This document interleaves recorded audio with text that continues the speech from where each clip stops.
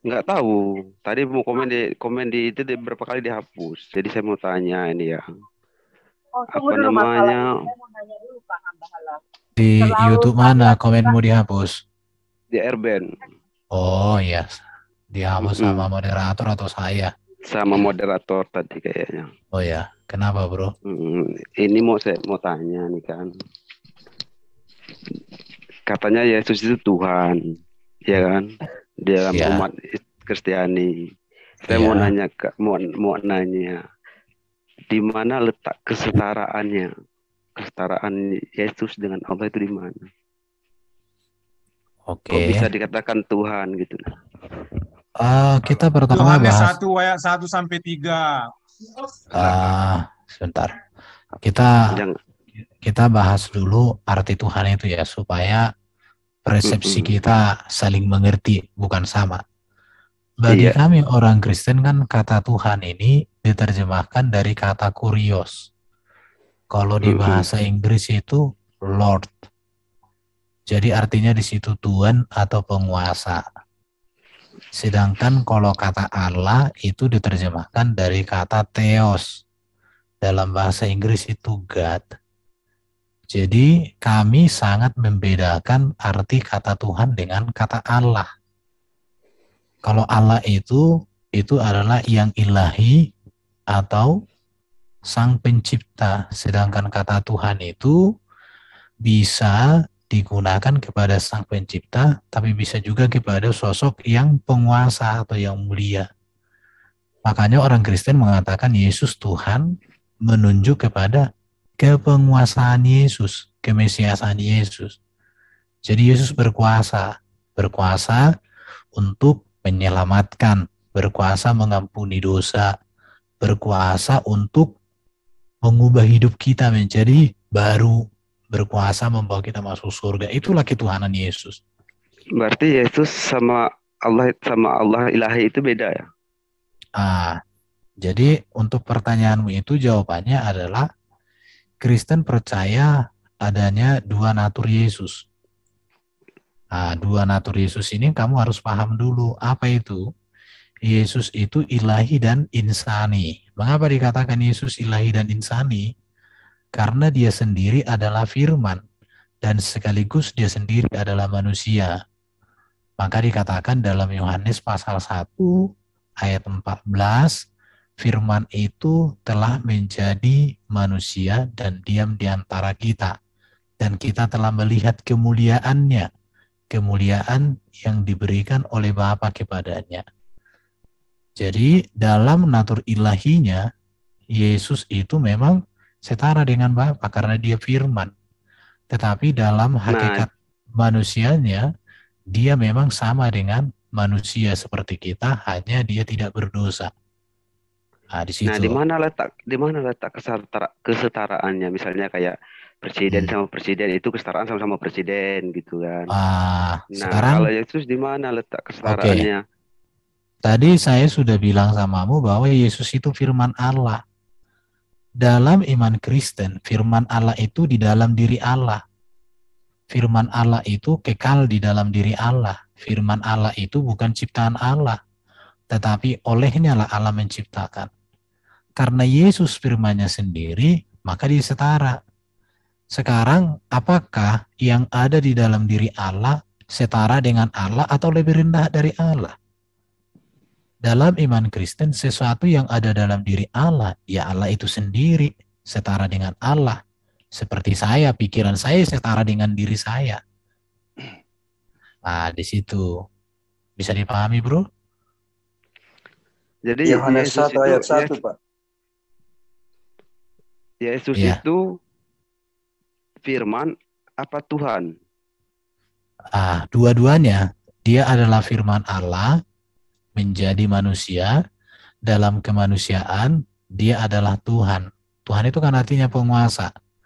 Karena Bapa di surga memberikan kuasa mutlak kepada Yesus, berkuasa di bumi dan di surga.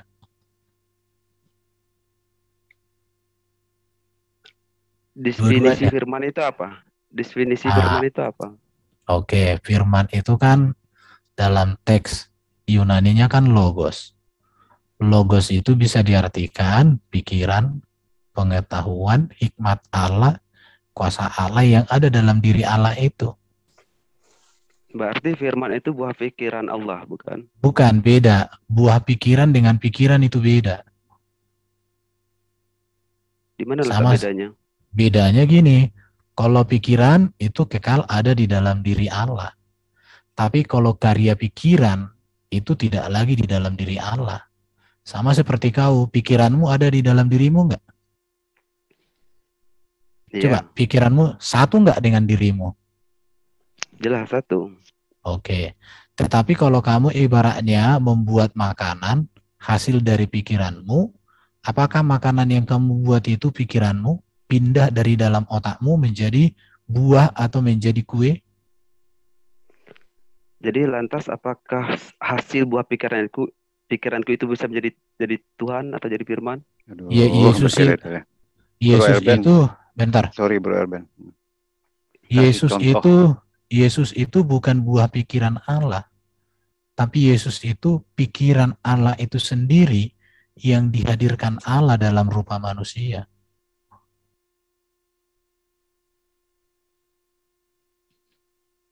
Oh, gitu. Iya, Iya. itu.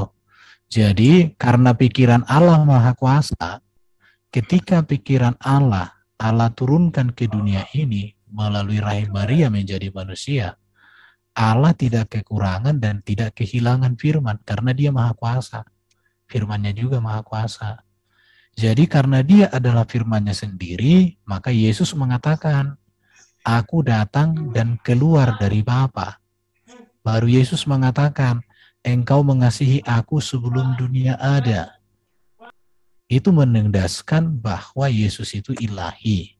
Karena dia datang dari Allah. Yang datang dari Allah tentulah ilahi. Jadi, karena Yesus yang ilahi, yang datang dari Allah, hadir di dunia ini dalam kesempurnaan, baik dalam hakikat hidupnya yang sempurna, baik dalam ajarannya yang sempurna, janjinya yang sempurna, perbuatannya yang sempurna. Inilah landasan orang Kristen percaya bahwa Yesus juru selamat satu-satunya. Karena Kristen meyakini bahwa yang datang dari surga dan yang sudah kembali ke surga lah yang bisa menyelamatkan kita. Kalau dia datang dari rahim wanita, hasil biologis manusia, kemudian dia mati, dikuburkan, tidak bangkit dan tidak naik ke surga, itu jelas-jelas ditolak orang Kristen. Makanya kalau kamu mau selamat, kamu harus percaya kepada Yesus yang datang dari Allah, yang datang untuk memberikan keselamatan, yang datang untuk menebus hidupmu, yang datang untuk menjadi teladan etika dan moralmu, yang datang untuk memberikan kau hidup yang kekal di surga, dan dia nanti menjadi raja segala rajamu. Jadi tidak ada keraguan bagi orang Kristen bahwa Yesus itu juru selamat. Enggak ada lagi. Kenapa? Karena itu terlihat dari pribadi Yesus itu. Itu terlihat dari perbuatan Yesus itu. Terlihat dari karakter Yesus itu. Tapi saya mau tegaskan sama kau, orang Kristen sejati tidak berkeyakinan bahwa Bapa Sang Pencipta masuk ke dalam rahim Maria menjadi manusia Yesus, enggak ada. Tapi yang tepat adalah firman-Nya Bapa Sang Pencipta itulah yang Bapa hadirkan di tengah-tengah dunia ini melalui rahim suci perawan Maria itu. Bisa dipahami, bro? Oke, itu menurut keyakinan kalian umat Kristiani. Ah, Kalau itu jelas berbeda. ya memang berbeda. Iya, alih topik lagi. Saya mau tanya satu Oke. lagi tadi itu. Kan 3 pertanyaan saya tadi dihapus semua. Iya. Satu lagi, dalam segi pernikahan, dalam hukum nikah itu kan ada rukunnya kan, dalam istilah dalam pernikahan itu ada rukun sah gitu kan. Ada tata cara, ada hukum sah nikah gitu. Nah, di dalam umat Kristen itu gimana rukun hukum sah nikah di mata Tuhan? Oke. Yang pertama, kita harus paham dulu kepada ajaran dasar perkawinan. Sebenarnya Alkitab tidak mengenal pernikahan ya, tetapi perkawinan. Karena pernikahan itu kan nukah, itu hubungan seks itu. Tapi kalau perkawinan itu dua menjadi satu dalam ikatan suci. Itu konsep Kristen tentang perkawinan. Jadi pada dasarnya Tuhan menciptakan satu laki-laki, satu wanita. Dan itulah yang dirancang oleh Tuhan kami itu pada awal sebelum adanya dosa. Jadi manusia memiliki perkawinan menjadi poligami atau poliandri itu setelah adanya dosa. Dan Tuhan kami tidak pernah menyarankan, membenarkan perkawinan poligami. Jadi dasar dari perkawinan Kristen itu yang pertama adalah monogami, yang kedua adalah kesucian. Kesucian itu artinya tidak ada seks sebelum perkawinan dan tidak ada perselingkuhan setelah perkawinan. Itu namanya kesucian. Baru yang berikut kesetiaan. Sebentar, kesetiaan. Kesetiaan itu artinya satu seumur hidup. Ya. Jadi hanya maut yang memisahkan. Kalau maut sudah memisahkan, maka baru boleh lagi. Itu prinsip dasarnya. Kalau tata cara perkawinannya, yang itu pertama, saya tanyakan. Tata cara perkawinannya yang pertama harus dewasa. Dewasa ini ada dua. Dewasa rohani, artinya dia benar-benar mengenal kitab suci yang diimaninya. Dia mengenal Yesus Kristus sebagai Tuhan Kurios, Lord, penyelamat hidupnya, dan mengenal Bapa di surga yang memberikan anugerah keselamatan melalui Yesus, dan dia hidup dalam pimpinan Roh Kudus. Itu namanya dewasa rohani. Kemudian dewasa jasmani. Dewasa jasmani itu apa? Dia sudah bisa bertanggung jawab atas dirinya. Tidak lagi minta-minta sama orang tuanya. Secara psikologi kalau dewasa jasmani di masa kini usia 21 tahun. Artinya sudah lulus sarjana. Itu syaratnya. Kalau tata cara perkawinan itu di gereja ada aturan dibuat. Yang pertama harus ada dulu kalau surat-suratnya ada. Ada surat menyatakan belum pernah kawin dari lingkungan. Kemudian orang tuanya sudah setuju. Baru ada namanya konseling pranikah juga perkawinan.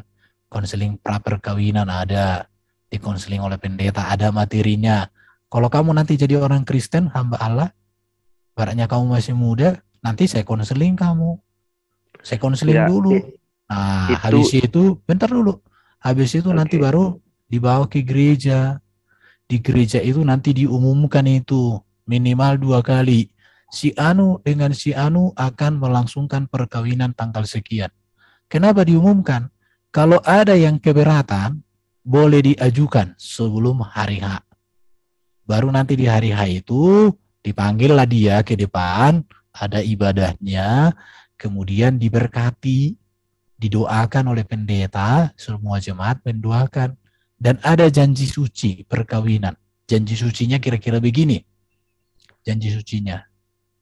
Aku si Erben menerima engkau menjadi istriku satu-satunya seumur hidupku sebagai istri yang sah. Aku menerima engkau di dalam nama Yesus Kristus sebagai junjungan agung Tuhan dan Juru Selamat. Menjadi istriku dalam suka dan duka, dalam sehat, sakit, miskin, kaya, sedih, senang. Dalam segala hal, aku akan merawatmu, aku menerimamu, akan mendampingimu. Tidak ada yang bisa memisahkan kita selain kasih karunia Tuhan melalui maut atau maut ya mengakhirinya. Demikianlah kuucapkan janji suciku itu kepadamu, engkau menjadi istriku untuk seumur hidupku. Amin. Baru nanti si wanita juga ngomong begitu. Habis itu diberkatilah kan, didoakan sama pendeta, sudah didoakan, ciumlah kening istrimu, kata pendeta. Kemudian nanti kata pendeta lagi sama istrinya, kau cium suamimu. Udah, habis itu udah selesai. Nah, sekarang giliran saya. Itu kan sah di mata persyaratan administrasi segala macam, itu kan sah di mata negara, sah di mata ini. Maksud saya tadi itu yang saya tanyakan rukun hukum sah di mata Tuhan gitu. Ya, itu seperti itulah apa? semua. Seperti enggak yang ku jelaskan itu semua. Enggak, contohnya seperti di dalam Islam kan harus ada wali, harus ada saksi, harus ada mahar, harus ada ijab kabul. Nah, gitu Ya lah. kalau Maksudnya itu tidak udah umat otomatis itu. Otomatis. nah itu Jangan sanatnya jangan dari jangan mana? jangan kok loh. Jangan kau tanya itu dia ajaran budaya pun ada. Di ajaran budaya orang Batak kalau kayak gitu juga ada. Ada Beda. nanti itu ada Hukum sah. sinamotnya, ada cincinnya, Kalau ada semua. kalau enggak maksud gini nah. Kalau di Islam, di hukum Islam, hukum sah di mata Allah itu di mata Tuhan, jika tidak ada saksi, tidak ada ijab kabul, tidak ada mahar, itu tidak sah hukumnya. Gitu nah. Di Di gereja juga kalau nggak ada saksi itu nggak sah, kan udah aku bilang ada saksinya. Iya, Nah, sudah dijelaskan tadi hukum- Erben itu. rukun Berarti kau nggak rukun dengar. sah itu ya ngerti. Sudah Itu kan dijelaskan dari tadi, budaya. Pak. Sudah Rukunnya dijelaskan itu semua. dapat dari mana sanatnya? Maksudnya dalilnya itu Loh. dari mana? Jadi gini Mendapatkan ya. Dapat rukun. Sebelum Islam ada, perkawinan gereja itu sudah seperti itu tradisinya. Jadi itu tidak memang dituliskan begitu caranya lagi di Alkitab, nggak dituliskan. Tetapi sudah begitu prinsip dalam perkawinan gereja, ada saksinya. Iya, Jadi makanya kalau butuh bentar bukti dulu, intetik. dengar dulu. Jadi kalau kemudian ajaranmu membuat itu masuk dalam kitab, saya mau katakan, sebelum kitabmu dituliskan seperti itu sudah menjadi tradisi gereja, sudah menjadi budaya gereja. Kalau ada seorang perkawinan dengan prinsip-prinsip seperti itu, Nah, nggak usah disitulah ditulis pun. kelebihan- Jadi loh, disitulah kelebihannya Islam. Islam itu ya kalau penyempurna- kau katakan itu kelebihan Islam, penyempurna dari kita. nanti broduran masih ada penyempurna broduran. dari Ya, agama-agama Salam. lainnya. Coba Dalam- lanjut. Enggak, di mana kamu tulisan gitu? Soal Coba. perkawinan Yang Di mau mana? saya Di- tanyakan itu, Sebentar. yang mau saya tanyakan itu. Ya di Quran rukun ada sah, enggak? rukun Ruk- sah di mata Ada Tuhan enggak itu di seperti Quran kamu? apa? Ada Oke. enggak tertulis di dalam Ada. Quran Boleh. kamu? Boleh Ada, saya gali bantu? saja. Itu ada Pak. Ada Pak Boleh. Didara mau ngomong Pak Erben. boleh saya bantu. Begini, Pak, bertanyakan rukun Islam, rukun imannya ya.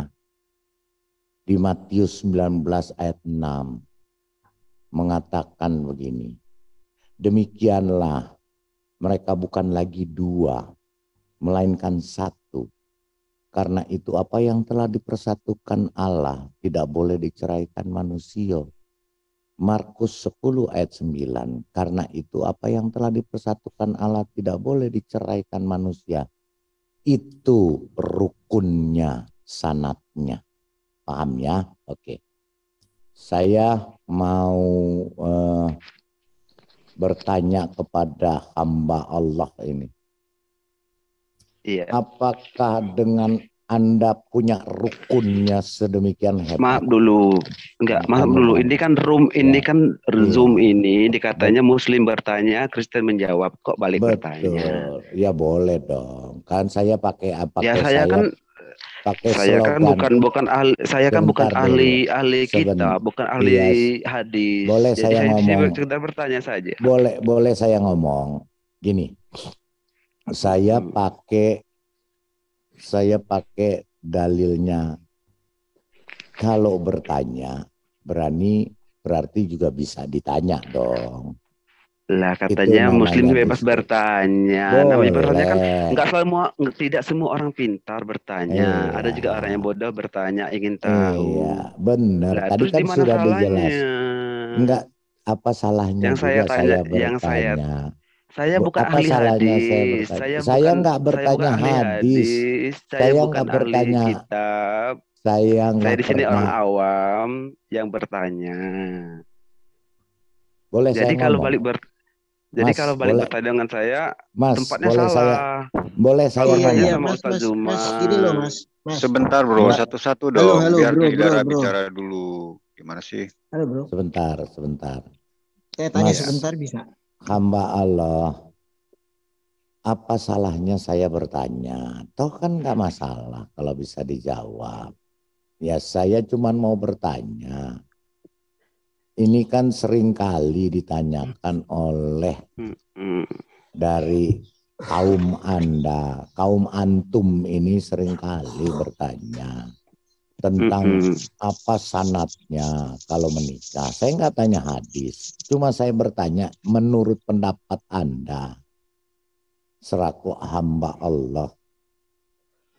Mm-mm. Apa korelasinya Anda itu ada rukun nikah dengan Anda masuk di surga? Kolerasinya yang jelas itu hukum nikah sah di mata Allah itu kewajiban atau perintah yang tidak mutlak, tidak bisa diganggu gugat karena itu perintah Tuhan. Iya, maksud Itu. saya, oke, itu kita juga semua, bukan hanya Islam saja, semua kita umat beragama, Kristen, Buddha, Hindu juga mengikuti perintah, mengikuti hukum yang diberikan oleh Tuhannya masing-masing. Saya cuma bertanya, apakah kalau Anda mengikuti rukun yang Anda banggakan tadi, rukun nikah, apakah Anda pasti masuk surga? Kalau diiringi dengan perbuatan-perbuatan yang lainnya, otomatis masuk surga karena itu tidak berzina namanya. Karena jika tidak sah di mata Allah, tidak sah di mata Tuhan, sudah dipastikan itu perbuatan zina. Melakukan berhubungan badan suami istri dikatakan zina. Sudah pasti neraka jahanam tempatnya. Oh gitu. Jelas. Halo bro, Iya. saya tanya bisa bro? Iya. Silakan. Ya gini, kepada hamba Allah ya. Tadi kan gini, kawan-kawan kan sudah jelasin. Nah, Mbak Allah ini bilang bahwa kalau di Islam begini-begini itu kan membandingkan namanya. Berarti kita bisa tanya dong balik. Gitu loh bro. Kecuali bro nggak pernah membandingkan itu satu. Terus yang kedua, jangan diklaim seperti itu, hindari ya. Karena itu sebenarnya menampar diri sendiri. Contoh, di Kristen itu firman Allah menjelaskan, misalnya nih contoh lah, bukan pernikahan tapi contoh aja. Bahwa misalnya ibadah yang sejati kita, itu bukan fisik sebenarnya, tapi roh. Itu yang sempurna. Ya Anda mau keluar fisik ya kita salahkan, itu tidak sempurna. Tapi Anda kan membanggakan aturan fisik itu. Ibadah fisik itu Anda banggakan. Kalau kita nggak bisa, Tuhan melarangnya. Ya kan? Itu kain kotor katanya ya, tapi bukan yang dia lihat hati. Nah, bukan dibanggakan perbandingannya. Iya sebentar, saya mau sampaikan sebentar gitu loh. Jadi kalau Anda membandingkan, kan Anda kan sebenarnya merendahkan yang dijelaskan kawan-kawan. Jangan gitu dong klaimnya gitu loh ya. Terus yang ketiga nih, ini yang khusus perkawinan. Di perkawinan kita ya itu sudah jelas. Itu hanya satu. Dan hanya maut yang memisahkan. Ya. Karena Anda membandingkan di Anda itu bisa sampai 4, mungkin sampai 10. Kita itu dilarang. Siapa yang lebih hebat? Kalau poligami itu bukan satu kewajiban. Bukan begini. Bukan suatu kewajiban. Itu bagi siapa? Di kita itu kalau Anda nikah lebih dari 1 itu bersinah. Paham kan? Kalau Anda kan tidak, gitu loh. Jadi beda. Nah, siapa yang lebih hebat? Ya kita dong. Nah, kamu nggak terima kan? Makanya jangan bandingkan gitu loh. Kamu dengar aja kalau sudah dijelaskan dengan firman, sudah itu namanya cerdas. Memang itu jawaban kita memang berbeda, bro. Jangan gitu. Kita juga bisa menunjukkan bahwa kita lebih hebat. Jelas di Alkitab firman itu satu-satunya. Tuhan juga satu-satunya. Juru selamat satu-satunya. Tidak ada yang lain. Anda nggak percaya Tuhan Yesus mati dalam dosamu, itu clear. Ada firmannya ditulis, gitu loh. Dan nggak bisa keluar dari situ, nggak bisa. Anda nggak bisa maksa. Siapa lebih hebat? Nggak usah melebar kemana-mana. Oke kan? Jadi begini, bro. Saya cuma nanya aja, rukun sah di mata Allah itu seperti apa? Anda itu jangan membandingkan. Jadi kalau teman-teman nanya balik, ya Anda jawab dong. Anda banding-bandingkan kok. Gitu baru cerdas. Oke, itu aja masukan saya. Makasih. Saya mau nambahin dikit ya, bro. Saya mau nambahin dikit buat hamba Allah nih. Gini loh, hamba Allah, saya ingatkan Anda tadi. Ini Rom bertanya, Pak. Di situ tertulis. Iya, silakan. Sebentar. Saya tidak bertanya. Saya sedang mengomentari supaya Anda ingat kembali kata-kata Anda. Begini ya. tadi kita bicara tentang rukun segala macam tata cara penyelenggaraan pernikahan dan semua ada ayatnya dan Anda juga punya dalilnya. Tapi yang saya tidak suka, makanya teman-teman di sini bereaksi. Kenapa? Dari pernikahan tadi Anda tiba-tiba sudah bisa mengklaim ya. Nah, itulah istimewanya Islam, penyempurna segala bla bla bla bla. Jadi Anda tuh seperti mengklaim sebelah, makanya teman-teman semua bereaksi gitu loh. Anda harus ingat lagi kata-kata Anda. Makanya kami juga bisa juga klaim kami lebih sempurna dari Anda. Kalau di compare secara moral, Anda akan teriak nanti kalau kami sebutkan ininya masalah moral. Jadi gitu loh bro, jangan biasakan mengklaim-klaim aja gitu loh. Oke. Gimana Anda bisa buktikan kesempurnaan rukun-rukun pernikahan Anda seandainya kita akan compare tentang moral. Segitu aja, silakan lanjut. Oke, ya betul. Jadi hamba Allah, makanya tadi ya, kalau mau bilang sempurna, kita yang paling sempurna. Anda nggak ada sempurnanya. Nah, Sempurna justru dari itu kalau mana? sempurna harus bisa menunjukkan rukun sah di mata Allah nikah Nah, tadi. kan rukun sahnya sudah berdasarkan Iya, apa aja. Alkitab. Sebentar, Iya, tadi kan sudah disebut Matius yang sudah dipersatukan oleh Allah, tidak boleh diceraikan oleh manusia. Sekarang saya tanya, coba rukun menikahmu di Quran di mana ditunjukkan? Coba silakan tunjukkan. Dia juga mau palidara. Setauku Ya, nggak ada palidara. Ya biar aja, biar dia mau jawab. Kita standar yang sama. Kita tanyakan sama dia. Kalau kita sudah saya jawab tadi, dalilnya rukun pernikahan Kristen, dalilnya tadi sudah saya bacakan. Matius, ya. Tadi di Matius 19 ayat 6 sudah dijelaskan. Jadi di mata Tuhan itu sudah sah, disahkan karena apa? Yang dipersatukan oleh Allah. Tidak boleh rukunnya apa saja. Rukun gini loh Mas. Sebelum diceraikan itu harus sah dulu kan. Mas Nikah itu nggak kan ada harus yang sah dulu. nggak ada yang diceraikan. Ini sudah sah.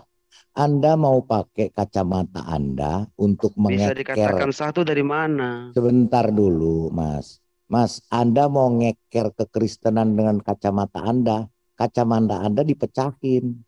Begitu juga kita akan mengeker. Anda sahnya dari mana? Anda sahnya dari itu mana? tadi kan ada rukun, ada rukunnya saksi, di mana? ada saksi, Mas, ada tadi udah dijelaskan. ada pembacaan Mas, ininya. Mas, boleh udah dijelaskan. Di umat, sebentar, boleh sebentar. kalau di Saya umat mau jelas. Kristiani Sebentar, seperti Pak. apa gitu. Ya, Di Kristiani tadi sudah dijelaskan, Mas. Itu Tadi dijelaskan cuma ada mengatakan. Dengar dulu. Diam dulu dong, biar tadi sudah dijelaskan oleh Pak Erben. Itu ada saksi, harus ada. Saksi walinya ada, harus ada kita. Dua orang. Sanadnya itu dari mana? Yang memerintahkan itu dari siapa? Sanad Anda dari mana? Yang memerintahkan Anda siapa? Sekarang kembali saya Jangan tanya. dibisukan terus dong. Masa di-mute terus? Hamba Allah. Kamu coba jawab dulu sanadmu mana? Dari tadi Anda banggakan sanad, saya mau tahu sanadmu di mana.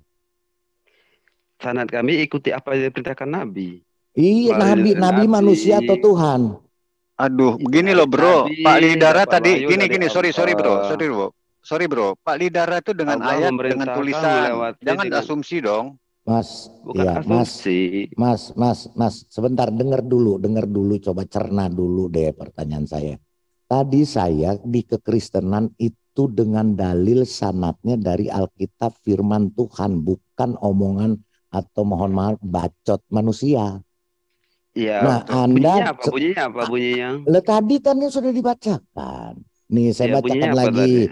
Demikianlah mereka bukan dua lagi, melainkan satu. Karena itu apa yang sudah dipersatukan Allah, sudah dinikahkan oleh Allah, tidak boleh diceraikan oleh manusia.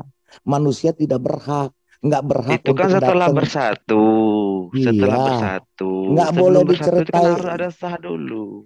Ya iya, itu sudah satu, itu disahkan. Ya sebelum menjadi satu kan harus ada tata caranya lagi. Iya, harus tata cara. Oke, saya ikutin. Sudah dijelaskan sama Pak Erben tadi. Nggak apa-apa, Pak. Nggak apa-apa, Pak. Nggak apa-apa, Pak. Dengar dulu. Dengar kita kan dulu. punya ada sah di mata hukum, sah di mata negara, sah di mata budaya, sah di mata Tuhan. Iya, semua di mata Tuhan. Yang Kita paling disebut mata sempurna. Tuhan itu yang seperti apa?